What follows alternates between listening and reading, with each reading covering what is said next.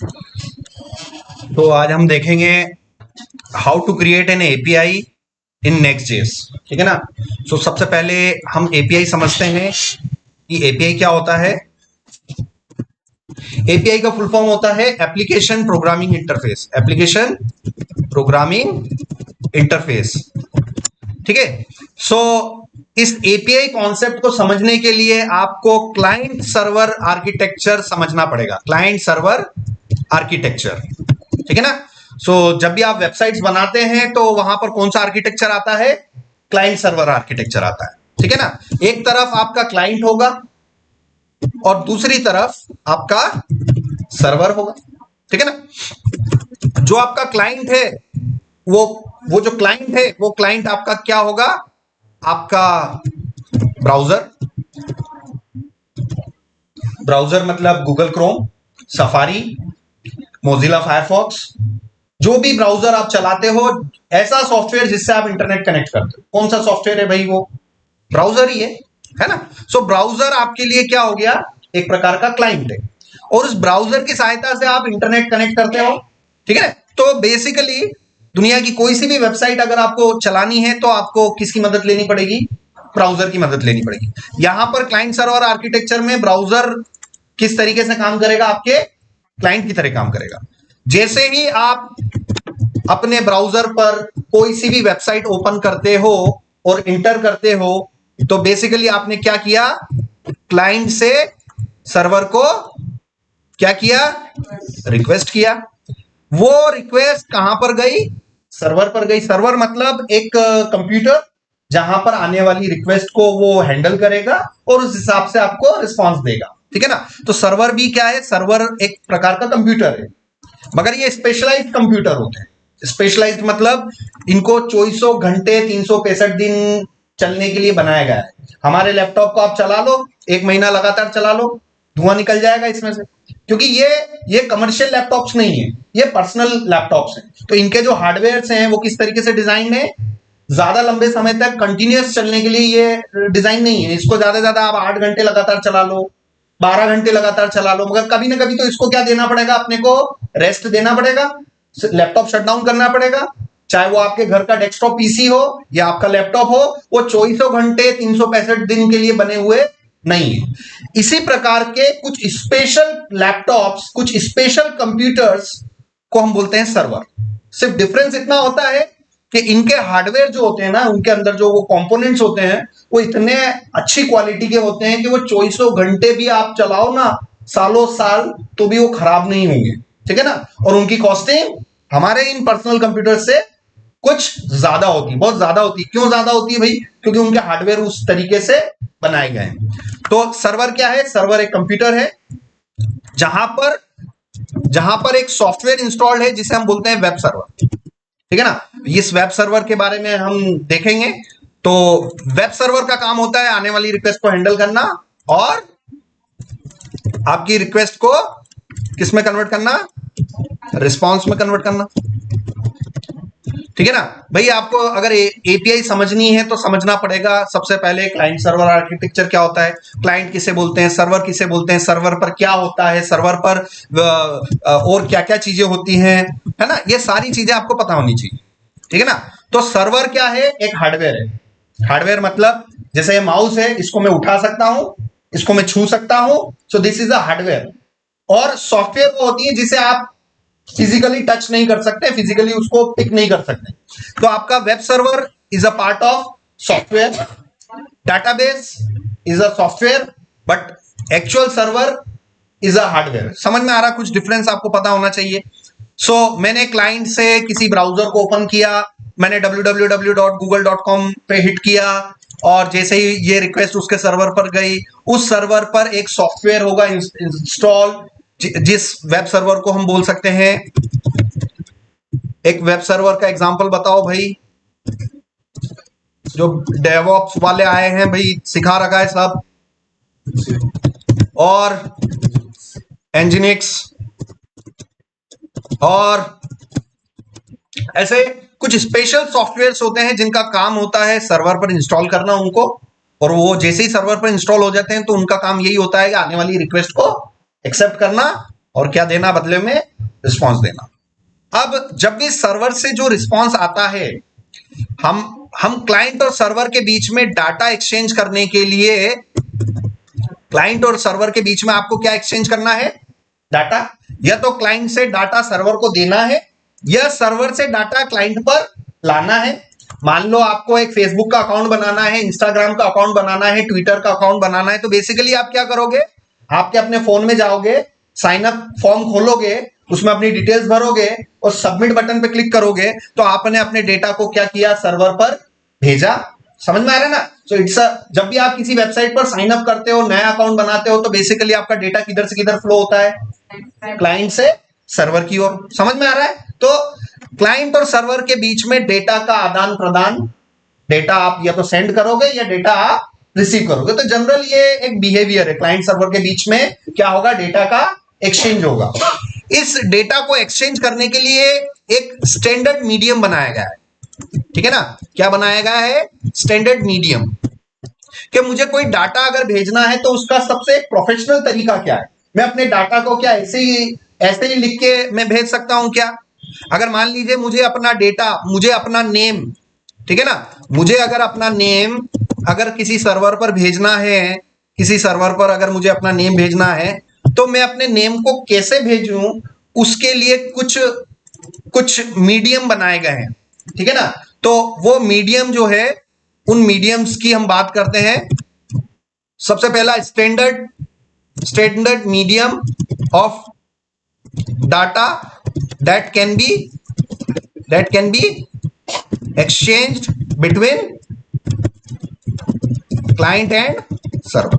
तो सबसे पहला ऐसा कौन सा स्टैंडर्ड मीडियम है जिसके थ्रू हम क्लाइंट और सर्वर के बीच में डाटा को एक्सचेंज कर सकते हैं, वो सबसे पहला मीडियम है, बताइए अगर कोई बता सकता है तो बताइए। वो डेटा होता है जेसॉन। तो आपको जब भी अपना डेटा रखना हो ना, आपको जब भी अपने क्लाइंट से सर्वर पर डेटा भेजना हो या सर्वर से क्लाइंट पर डेटा भेजना हो, सबसे बेस्ट तरीका क्या है, वो जेसॉन है। और इसको मैं पहले नंबर पे लिख रहा हूं क्योंकि जेसॉन 99% मैंने अपनी लाइफ में जितने प्रोजेक्ट बनाए हैं और मैंने अपने क्लाइंट और सर्वर के बीच में जब भी डाटा भेजा है, मैंने जेसॉन ही यूज किया है, ठीक है ना। तो दिमाग में बिठा लेना, क्लाइंट और सर्वर के बीच में जब भी हम डेटा भेजेंगे, डेटा को या तो भेजेंगे या डेटा को रिसीव करेंगे, तो वो फॉर्मेट कौन सा होना चाहिए, वो जेसॉन होना चाहिए। उस जेसॉन का फुल फॉर्म होता है जावास्क्रिप्ट ऑब्जेक्ट नोटेशन। सो ये एक स्टैंडर्ड मीडियम है जिसमें आप अपने डेटा को, जैसे मेरे नाम को अगर मुझे सर्वर पर भेजना है तो मैं किस में लिख के भेजूंगा, जेसॉन में भेजूंगा। अब जेसॉन का एक बेसिक सा एग्जांपल बता देता हूं। जेएस का मतलब होता है जावास्क्रिप्ट, ओ का मतलब होता है ऑब्जेक्ट। तो जावास्क्रिप्ट में ऑब्जेक्ट मैंने आपको प्रीवियस क्लासेस में बताया था, ठीक है ना। तो ऑब्जेक्ट को हम कैसे डिनोट करते हैं, करली ब्रेसेस से। कैसे जावास्क्रिप्ट में किसी भी ऑब्जेक्ट को कैसे डिनोट किया जाता है, करली ब्रेसेस में। और इसके अंदर क्या होता है, पहला होता है प्रॉपर्टी कॉलन वैल्यू, ठीक है ना। क्या होता है, पी कॉलन वी होता है। तो क्लाइंट और सर्वर के बीच में डाटा को भेजने के लिए सबसे स्टैंडर्ड तरीका कौन सा है, जेसॉन है। मुझे अपना नाम भेजना है तो मेरे नाम को मैं कहां लिखूंगा, बताइए किस जगह पर लिखूंगा, मैं अपने नाम को वैल्यू की जगह लिखूंगा। मैं अपने नाम को कहां लिखूंगा, वैल्यू की जगह। और ये वैल्यू है क्या, ये अनिल क्या है, ये किसी का आधार नंबर है, किसी का एड्रेस है, किसी का फोन नंबर है, ये क्या चीज है, वो चीज को आप कहां पर डिफाइन करोगे, प्रॉपर्टी पर। प्रॉपर्टी मतलब उस प्रॉपर्टी को पढ़ के उसकी वैल्यू के बारे में आप पता लगा सकते हो, ठीक है ना। सो इसकी प्रॉपर्टी में क्या ले सकता हूं, हो सकता है मैं क्या ले सकता हूं, हो सकता है मैं यहां पर क्या ले लूं, फर्स्ट नेम, हो सकता है मैं यहां पर ले लूं फुल नेम, ठीक है ना। तो प्रॉपर्टी से हमें वैल्यू के बारे में पता चलता है, ठीक है ना। अगर मैंने वैल्यू अनिल दे रखी है तो ये अनिल क्या चीज है, ये मुझे किससे पता चलेगा, उसकी प्रॉपर्टी से। अगर मैंने प्रॉपर्टी फर्स्ट नेम दे दिया, इसका मतलब ये क्या है, ये किसी व्यक्ति का पहला नाम है। या मैंने यहां पर दे दिया कंपनी नेम, समझ में आ रहा है। सो हो सकता है ये अनिल प्राइवेट लिमिटेड। तो अगर मैं आपको ये लिख दूं अनिल प्राइवेट लिमिटेड, तो इसका पता कैसे लगाओगे कि भाई ये चीज क्या है, वो आपको देख के पता लगाना पड़ेगा, प्रॉपर्टी से वैल्यू के बारे में पता चलता है, ठीक है ना। तो समझ में आ गया कि जब भी मुझे क्लाइंट से सर्वर या सर्वर से क्लाइंट के बीच में मुझे डाटा अगर आदान प्रदान करना हो, डाटा को एक्सचेंज करना हो, डेटा को मुझे भेजना हो या डेटा को मुझे रिसीव करना हो, सबसे स्टैंडर्ड फॉर्मेट कौन सा है?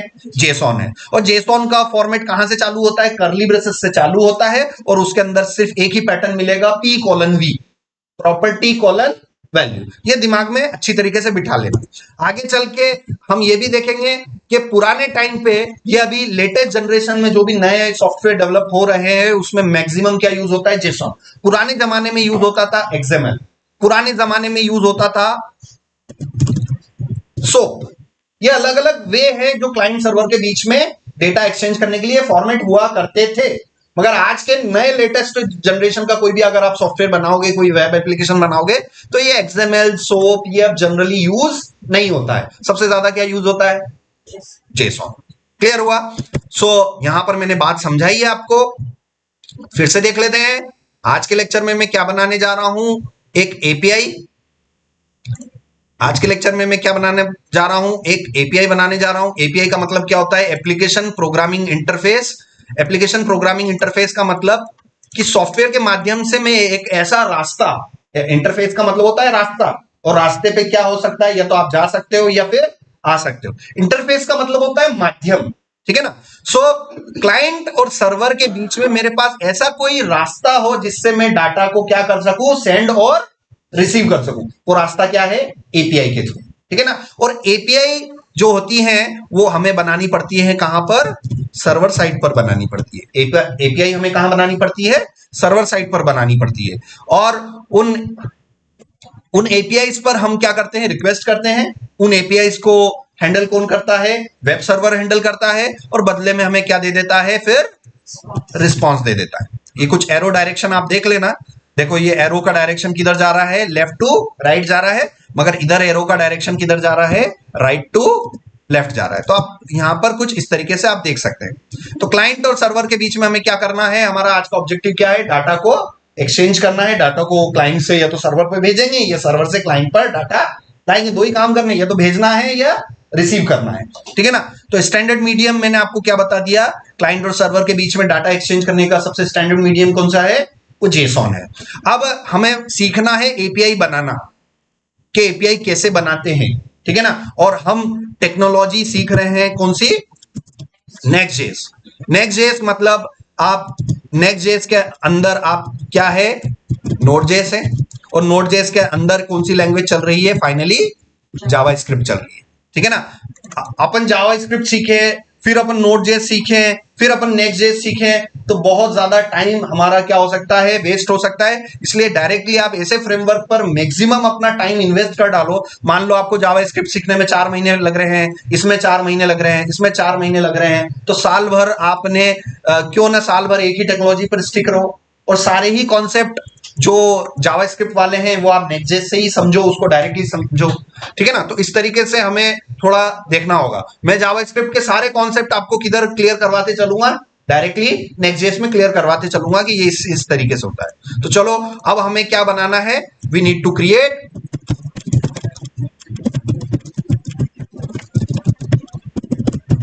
ठीक है ना। हमें क्या करना है? नेक्स्ट.जेएस के अंदर एक एपीआई बनानी है, ठीक है ना। सो नेक्स्ट.जेएस के अंदर एपीआई बनाने के लिए हमें सबसे पहले रेफरेंस चाहिए कि भाई एपीआई दिखती कैसे, क्योंकि सीखने का सबसे बेस्ट तरीका है भाई देख देख के सीखना। मेरे लाइफ का पर्सनल एक्सपीरियंस बता रहा हूं। मुझे अभी बहुत सारे ऐसे प्रोजेक्ट्स मिलते हैं जहां पर मैं रेफरेंसेस लेता हूं। मैं 10 दिन डेवलपमेंट नहीं करता हूं, मगर 10 दिन रिसर्च खूब तगड़ी करता हूं। जितनी बढ़िया रिसर्च होगी उतने अच्छे आप प्रोजेक्ट्स बना सकते हो और चीजों को सीख सकते हो। तो सबसे पहले तो देख लेते हैं कि यार एपीआई बनाना सीख जाएंगे, मगर एपीआई दिखती कैसे है ना। तो यहां पर आप सबसे पहले मैं इंटरनेट पर आपको कुछ फ्री एपीआई बता देता हूं। फ्री एपीआई फॉर टेस्टिंग, ठीक है ना। सो यहां पर आप फ्री एपीआई लिखेंगे, free API for testing, for developers, कुछ भी आप लिख सकते हैं। Free API for testing. तो इसमें से एक वेबसाइट है जेसन प्लेस होल्डर, ठीक है ना। ऐसे लाखों वेबसाइट मिलेगी, मैं तो एक एग्जांपल बता रहा हूं। आप रिसर्च करते रहना कि सर ने जेसन प्लेस होल्डर बताई है, तो ऐसे हजारों वेबसाइट आपको मिल जाएगी। तो जेसन प्लेस होल्डर उसमें से एक वेबसाइट है जो कि जनरली कुछ एपीआई देती हैं जिसके थ्रू इनको बोला जाता है फेक रेस्ट एपीआई। ठीक है ना, फेक मतलब ये रियल एपीआई नहीं है, ये काम करेगी। ठीक है ना। सो इस रेस्ट एपीआई पर गए और आप देखना यहां पर आप जाएंगे और यहां थोड़ा सा नीचे जाएंगे और आपको ये मिल जाएगी रिसोर्सेज। तो मान लीजिए कोई एक वेबसाइट है जिसमें आपको यूजर गेट करना है। ठीक है ना। सो यहां पर ये देखो, ये /users लिखा हुआ है। इसका मतलब क्या हुआ, थोड़ा सा कनेक्ट करके देखो, थोड़ा सा सोचो। ठीक है ना।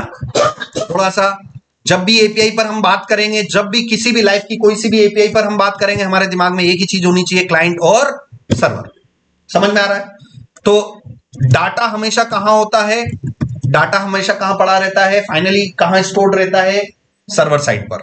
सर्वर साइड पर डाटा कहां पड़ा रहता है, एक्चुअल में डाटाबेस के अंदर।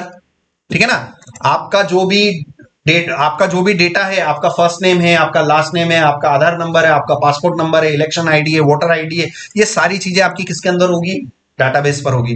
तो आपको क्लाइंट साइड से सर्वर से डाटा मंगवाना है, तो आपको क्लाइंट साइड से क्या करनी होगी, एक रिक्वेस्ट करनी होगी। क्या करनी होगी, रिक्वेस्ट करनी होगी। वो रिक्वेस्ट जाएगी कहां पर, वो सर्वर पर जाएगी और सर्वर आपको क्या देगा, वो आपको डेटा दे देगा। ठीक है ना। वो आपको सर्वर क्या दे देगा, आपको बदले में रिस्पॉन्स दे देगा। अब रिक्वेस्ट करने के लिए मैंने आपको बताया ना कि क्लाइंट साइट पर जाके हमें क्या करना पड़ता है, वेबसाइट का एड्रेस टाइप करना पड़ता है। ठीक है ना।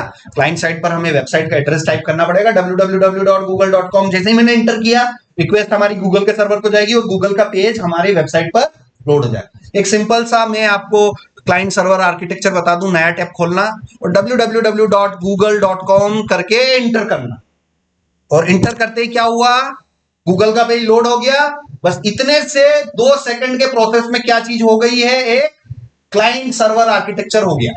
क्लाइंट सर्वर की जो रिक्वेस्ट और रिस्पॉन्स वाला फ्लो कंप्लीट हो गया। दिमाग में बिठा लेना कि जैसे ही मैं कभी ब्राउजर पे जाके google.com या किसी भी वेबसाइट का अगर आप एड्रेस करके और वो वेबसाइट खुल जाए, मतलब आपने क्या कर दी, क्लाइंट से सर्वर को रिक्वेस्ट करी और सर्वर ने आपको रिस्पॉन्स दे दिया और वेबसाइट खुल के सामने आ गई। इतना सा दिमाग में बिठा लेना कि ये जैसे ही करते मेरा क्या चीज कंप्लीट हो गया है, क्लाइंट सर्वर आर्किटेक्चर मेरा कंप्लीट हो गया है।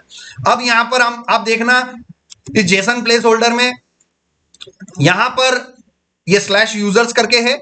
अब इसका ये एड्रेस आप देखना। ठीक है ना। सो जैसे ही आप रिक्वेस्ट करोगे,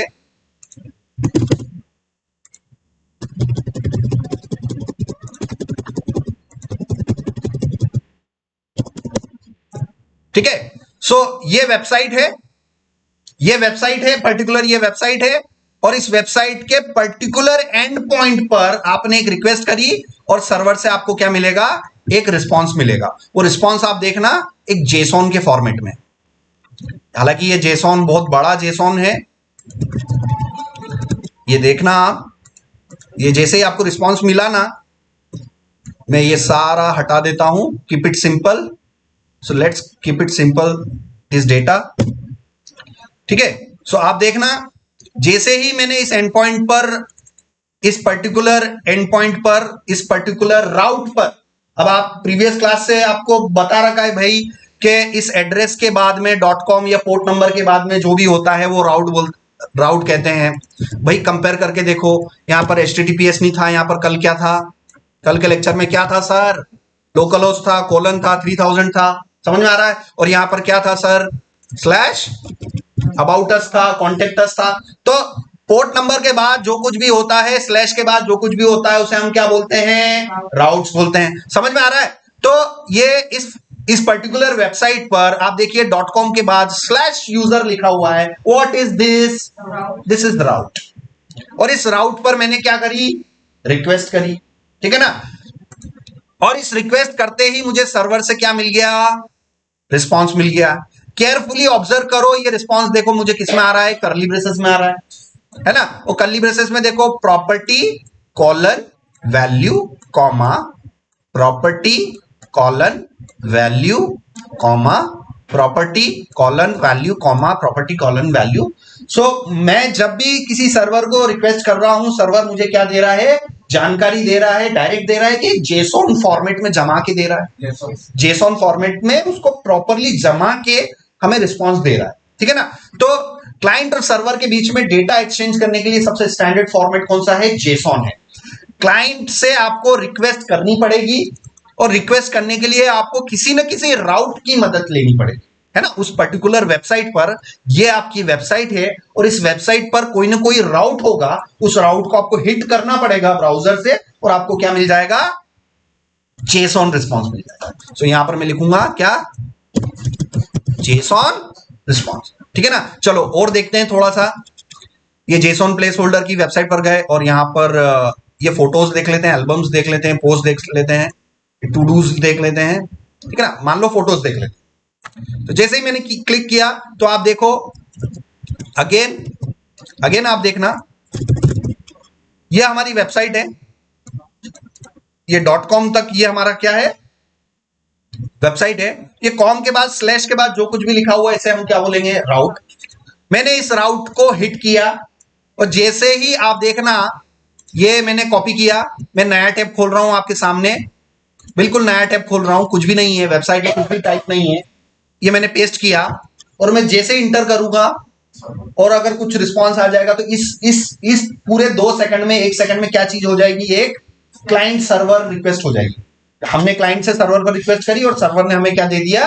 रिस्पॉन्स दे दिया। सर्वर जो हमें रिस्पॉन्स देगा, अगर वो जेसॉन में दे रहा है तो वो जो एंड पॉइंट है वो पेज नहीं है, वो एक एपीआई, ठीक है ना। जब भी आपको क्लाइंट से, जब भी आपको सर्वर से कोई डाटा जेसॉन में मिल जाए तो वो क्या हो गई? वो एक एपीआई हो गई। अब जैसे कि यहां पर मैं जाऊं, www.google.com किया, है ना, और मैंने इंटर किया, ये भी मैंने क्या करी? एक रिक्वेस्ट करी, मगर सर्वर से मुझे रिस्पॉन्स जेसॉन मिल रहा है कि कोई वेब पेज मिल रहा है? वेब पेज मिल रहा है। सो इस एंड पॉइंट को आप क्या बोलोगे? कि this is a web page. So दो चीजें हो सकती है, क्लाइंट सर्वर आपको, है ना, जब डाटा कुछ देगा तो दो चीजें दे सकता है, या तो एपीआई में रिस्पॉन्स दे देगा या पूरा का पूरा एचटीएमएल पेज दे देगा, ठीक है ना। तो अब यहां पर देखते हैं, अब इसी वेबसाइट को देख लेते हैं, जेसन प्लेस होल्डर को, ये जेसॉन प्लेस होल्डर, ठीक है ना। अब आप देखो गाइड वाले पेज पर में जाओ, थोड़ा सा देखना, ऑब्जर्व करना। ये जेसन प्लेस होल्डर पे मैं जैसे ही गया, इंटर किया, अब बताओ इसमें मेरे को जेसन दिया कि एक वेब पेज दिया? तो ये बेसिकली ये क्या है? ये वाला एपीआई हुआ कि एक वेब पेज हुआ? ये वेब पेज हुआ। अब देखना, मैं गाइड वाले पेज पे जा रहा हूं तो इसने मेरे को एक एचटीएमएल का पेज दिया कि पूरा जेसॉन फॉर्मेट दिया? ये एचटीएमएल का पेज दिया ना। सो ये एपीआई है कि एक वेब पेज है? ये वेब पेज है। चलो वापस गए और इसके किसी स्पेशल राउट पे मैं जाके बताता हूं। किसी एक राउट पे मैं गया, देखो इस वेबसाइट का एड्रेस, और मैंने कुछ राउट्स टाइप किया, और ये कि यही राउट्स मेरे अभी गाइड वाले पेज में भी था, ठीक है ना। दोनों को मैं कंपेयर करके बता देता हूं, ठीक है ना। सो देखो, jasonplaceholder.com/guide पे क्लिक करते ही मुझे डाटा जेसॉन नहीं मिल रहा है, मुझे एक पेज मिल रहा है। मगर इस वाले में क्या हो रहा है? इस वाले में क्या हो रहा है? jasonplaceholder.com/post और /guide दोनों को कंपेयर करके देखो भाई, क्या चीज समझ में आ रही है? कि ये /post is an API where I am getting the data in the JSON format, and there are some routes which are not API and data we are getting in the form of HTML structure. ये जो भी आपको दिखाई दे रहा है ये HTML की coding है। क्लाइंट सर्वर ने आपको क्या दे दिया? HTML की कोडिंग दे दी। यहां पर आप इंस्पेक्ट करोगे और इस एलिमेंट पर जाओगे तो ये देखो, ये सारा के सारा सर्वर ने आपको क्या रिटर्न करके दे दिया? एक HTML का स्ट्रक्चर रिटर्न करके दे दिया, ठीक है ना। सो ये चीज आपको पता चलेगी। तो जब भी आप कोई बैकएंड सिस्टम बनाते हैं तो बैकएंड सिस्टम में आप क्या बना सकते हैं? या तो मैं पेज बना सकता हूं या फिर मैं एपीआई बना सकता हूं। अब बताओ, कल के लेक्चर में, मतलब जो प्रीवियस क्लास में जो हुआ था, वो मैंने अबाउट अस, कॉन्टेक्ट अस, वो जो भी 3-4 पेजेस मैंने बनाए थे वो एपीआई थी कि पेजेस थे? वो पेजेस थे। समझ में आया? तो आज हम क्या सिखाने वाला हूं? मैं आपको एपीआई बनाना सिखाऊंगा। मतलब उस पर्टिकुलर राउट पर हम हिट करेंगे तो हमें क्या मिलेगा? जेसॉन फॉर्मेट मिलेगा, ठीक है ना। तो आपको चीज समझ में आ गई होगी कि इस तरीके से हमें ये करना है या हमें इंप्लीमेंट करना है। सो यहां पर आप अपना एक नेक्स्ट.जेएस का प्रोजेक्ट सेटअप कर लेते हैं हम। ये आज की डेट हो गई 21 नवंबर। सो मैं नेक्स्ट.जेएस की ऑफिशियल वेबसाइट पे जाता हूं, nextjs.org। इस पे गए और यहां पर मैं गया, टर्मिनल पर मैं गया और मैं एक प्रोजेक्ट सेटअप कर लेता हूं।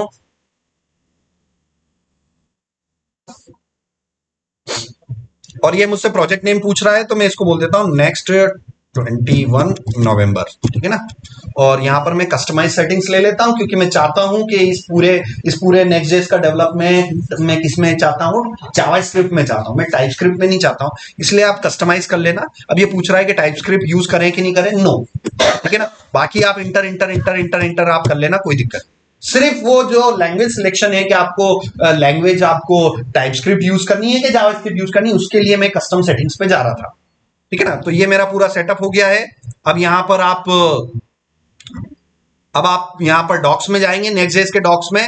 और चूंकि यहां पर आप देखेंगे, यहां पर सबसे इंपॉर्टेंट चीज पूछता है कि आपको नेक्स्ट.जेएस में जो एक पेज से दूसरे पेज पर जाना है उसके लिए राउटिंग सिस्टम कौन सा चाहिए। तो यहां पर हमने क्या यूज कर लिया, ऐप राउटर। अगर यहां पर मैंने ऐप राउटर देखो क्या यूज किया, यस। तो आपको जब आपके ट्यूटोरियल फॉलो करोगे तब भी आपको सेक्शन कौन सा फॉलो करोगे, पेज राउटर के ऐप राउटर, ऐप राउटर। और इन दोनों में मैंने आपको डिफरेंसेस बताए थे, ठीक है ना। ऐप राउटर में ऐप नाम की डायरेक्टरी मिलेगी और जिस नाम से राउट बनाना है उसी नाम से डायरेक्टरी होगी और अंदर जाके page.js नाम की फाइल होगी। ये मैंने बताया था और इसका रोज प्रैक्टिस कर करके दिमाग में बिठा लिया था, ठीक है ना। सो ये हो गया। अब यहां पर हम जाते हैं और कुछ एपीआईज हम बना के देखते हैं। सो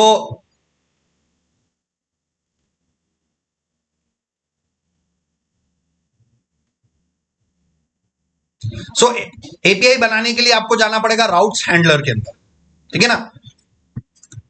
देख देख के सीखना है।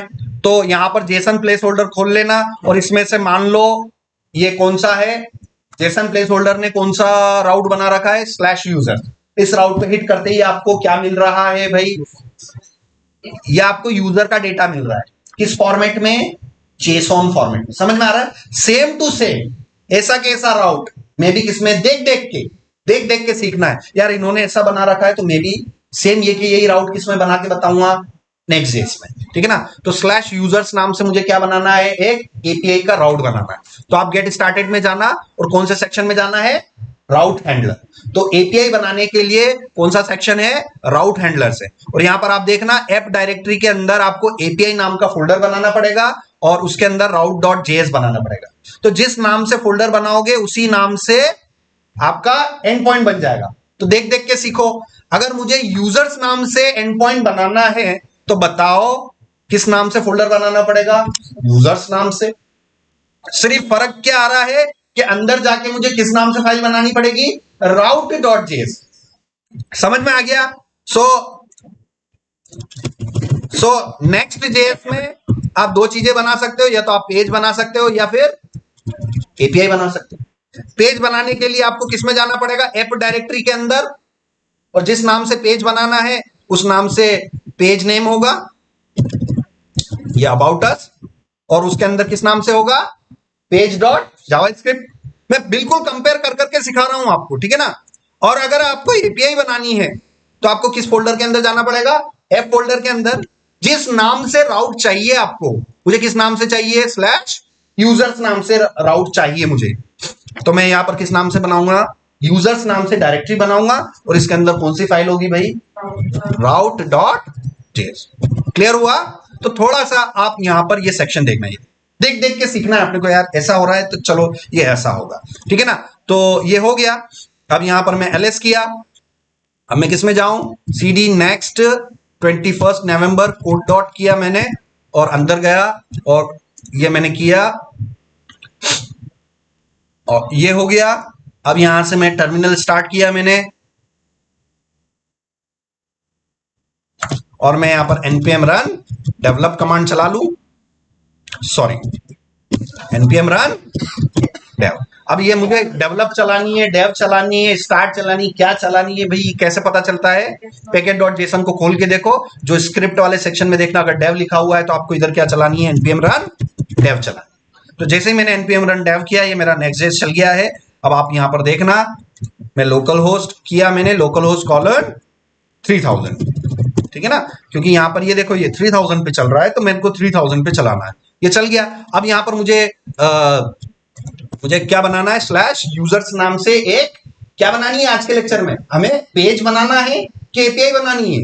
एपीआई बनानी। पेजेस तो मैंने आपको प्रीवियस लेक्चर में बना के बताया कि नहीं बताया, बिल्कुल बताया। आज मैं क्या सिखाने जा रहा हूं, एपीआई बनाना। तो एपीआई बनाने के लिए आप पहले राउट डिसाइड करो कि भाई किस नाम से राउट बनाना है। तो मैंने क्या बोला भाई, देख देख के सीखना है। आज रेफरेंस किसको लेंगे हम, जेसन प्लेस होल्डर में, और इन जेसन प्लेस होल्डर ने स्लैश यूजर्स नाम से क्या बना रखी है, एक एपीआई बना रखी है। तो सेम टू सेम एपीआई हम भी किसमें बनाएंगे, हमारे इसमें जेसन प्लेस होल्डर की जगह क्या आ जाएगा, लोकल होस्ट कॉलन 3000 आ जाएगा, और slash user same to same, ठीक है ना। तो यहां पर एसआरसी में गए और 31 नवंबर पेज राउटर ले लिया इसने, पेज राउटर मैंने तो अच्छा 9 कर दिया था क्या। तो यस, अब हमें पेज राउटर को अवॉइड करना है, ठीक है ना।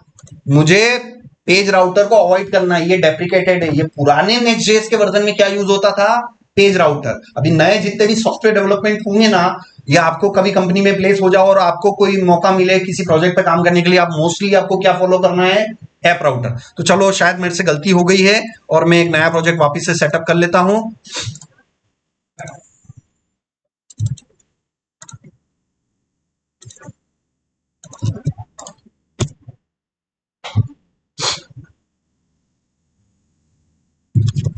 नेक्स्ट 21 नवंबर 2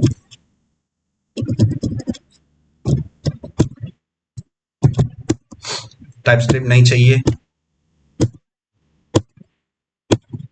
ऐप राउटर अभी देखो बाय डिफॉल्ट नो था, तो ये मुझे क्या करना था, यस अब कर लेता हूं। तो प्रोजेक्ट सेटअप करने में गलती हो गई मुझसे, क्योंकि मैं नहीं चाहता हूं कि हमें पेज राउटर सीख के हम अपना टाइम वेस्ट करें। हमें नया लेटेस्ट टेक्नोलॉजीज और लेटेस्ट टूल यूज करने, लेटेस्ट टेक्निक यूज करनी है, ठीक है ना। सो क्या यूज करना है, ऐप राउटर, और ऐप राउटर में आपको क्या सेटअप करना है, यस, ठीक है ना।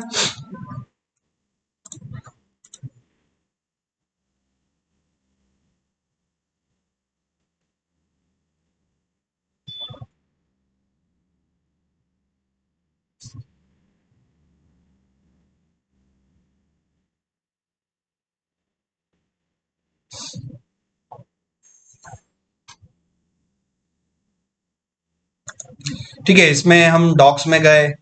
डॉक्स में जाके हमें ऐप राउटर के अंदर कौन सा सेक्शन होगा, हमारा राउट्स हैंडलर। राउट्स हैंडलर में आप देखिए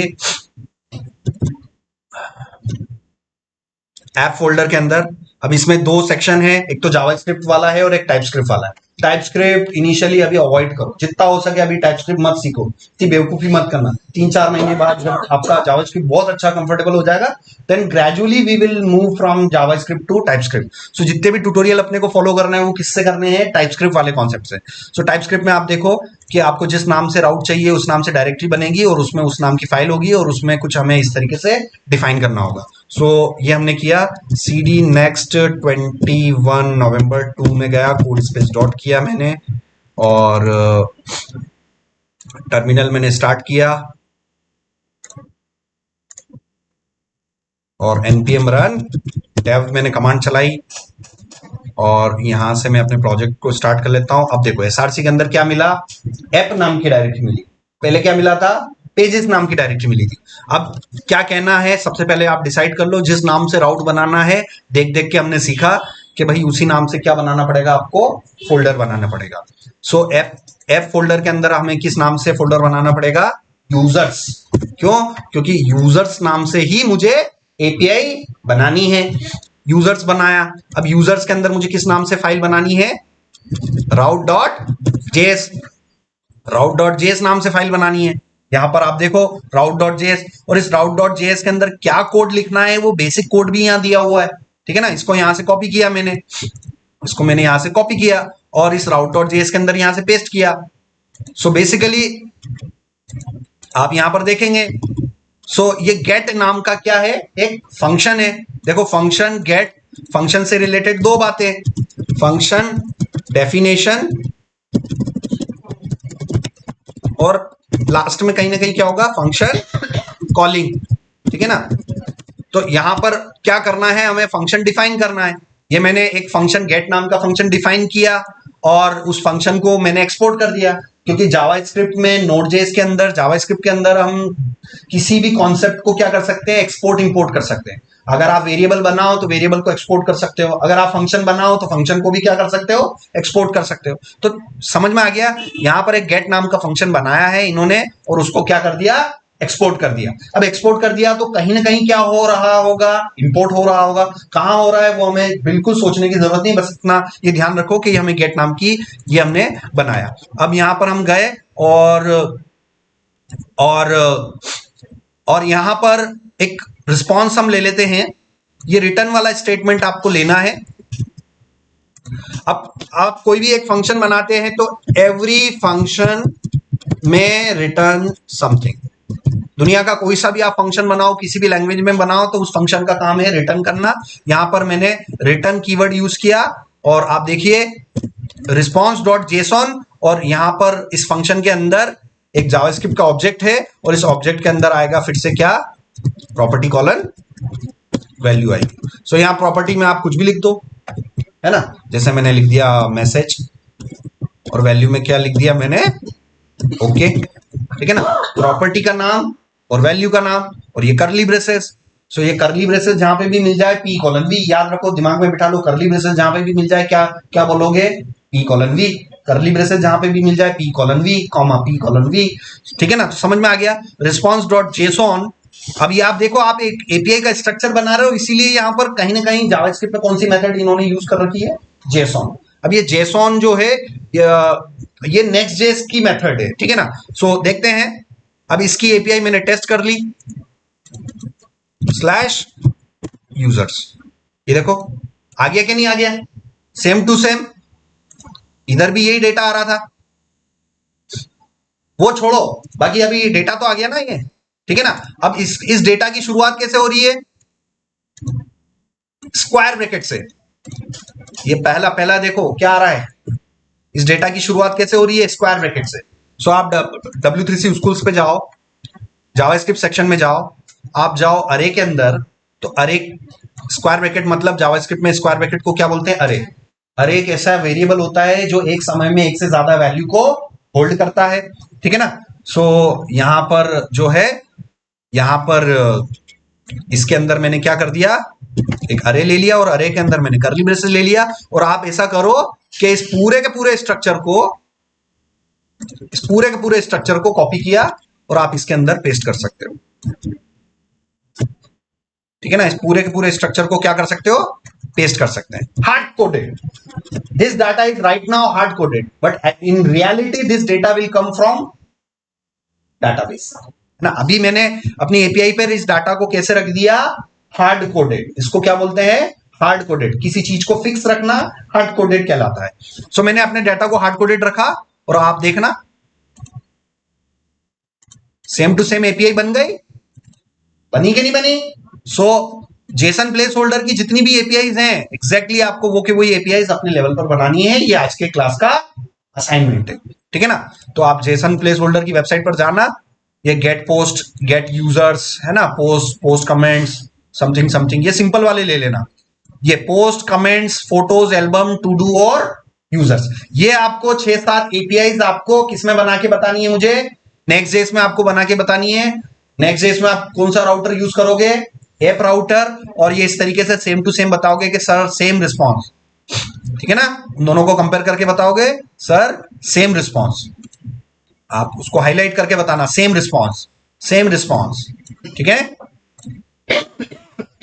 सो मैं इस कोड को अपलोड कर देता हूं।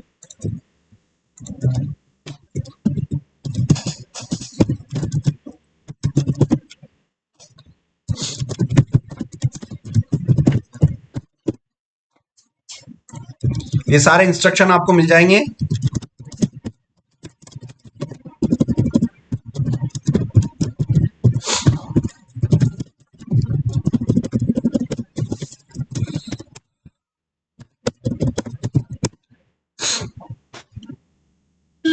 ठीक देखिए सोर्स कोड अपलोड हो गया है।